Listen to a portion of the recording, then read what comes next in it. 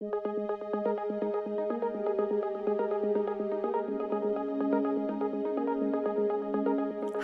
I'm Kirsten, an analyst at the U.S. Government Accountability Office. Politicians, talking heads, and analysts like me are always talking about how large the debt is and how the debt will be passed down to my generation, my kids' generation, and maybe even my grandkids' generation.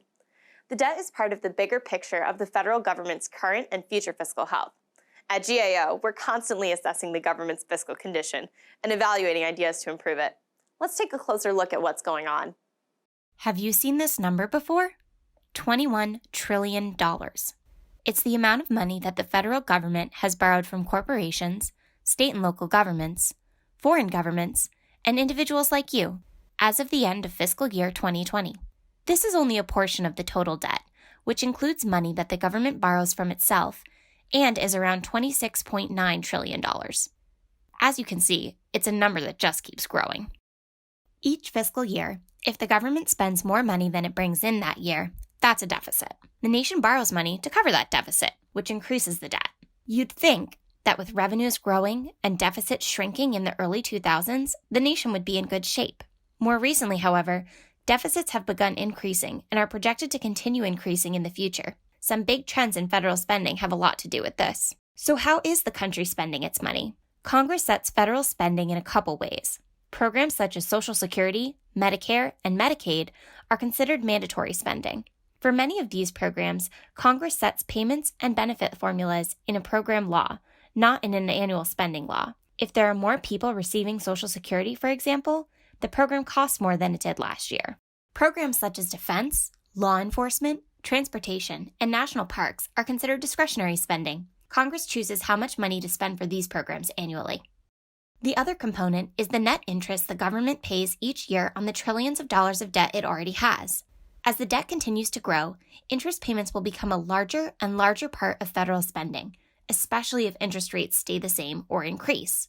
The costs associated with mandatory spending programs will also continue to grow as our population ages and healthcare costs rise.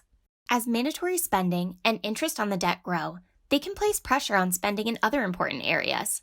We all expect to be protected from military threats and cyber threats, which are multiplying as we speak. And while public health emergencies and natural disasters are always unwelcome, when they happen, people will be seeking federal assistance to recover. These kinds of things are considered fiscal exposures to the government. Things that, when they happen, the government is expected to step in and provide funding to help. There are many more fiscal exposures than the ones I just mentioned, and they're very hard to plan for. All of these are reasons why the country spends money faster than it comes in.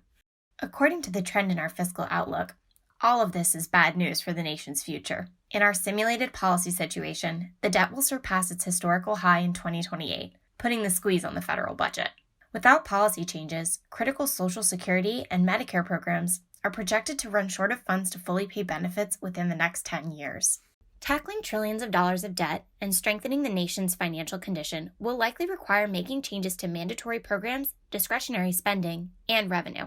If we wait to make these changes, they will only get bigger and require harder decisions. To make future changes less painful, there are a few things the government can do right away.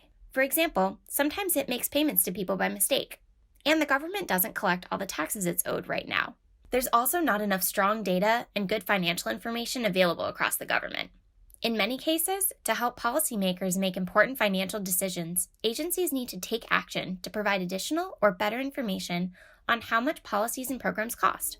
With some effort, the federal government can fix these things. Establishing a long-term fiscal plan for returning to a sustainable fiscal path is critical. And by implementing the plan at the appropriate time, policymakers can help ensure that we remain in a strong economic position to meet our security and social needs. It could also help preserve the flexibility to address future events, such as public health emergencies. Learn more at gao.gov.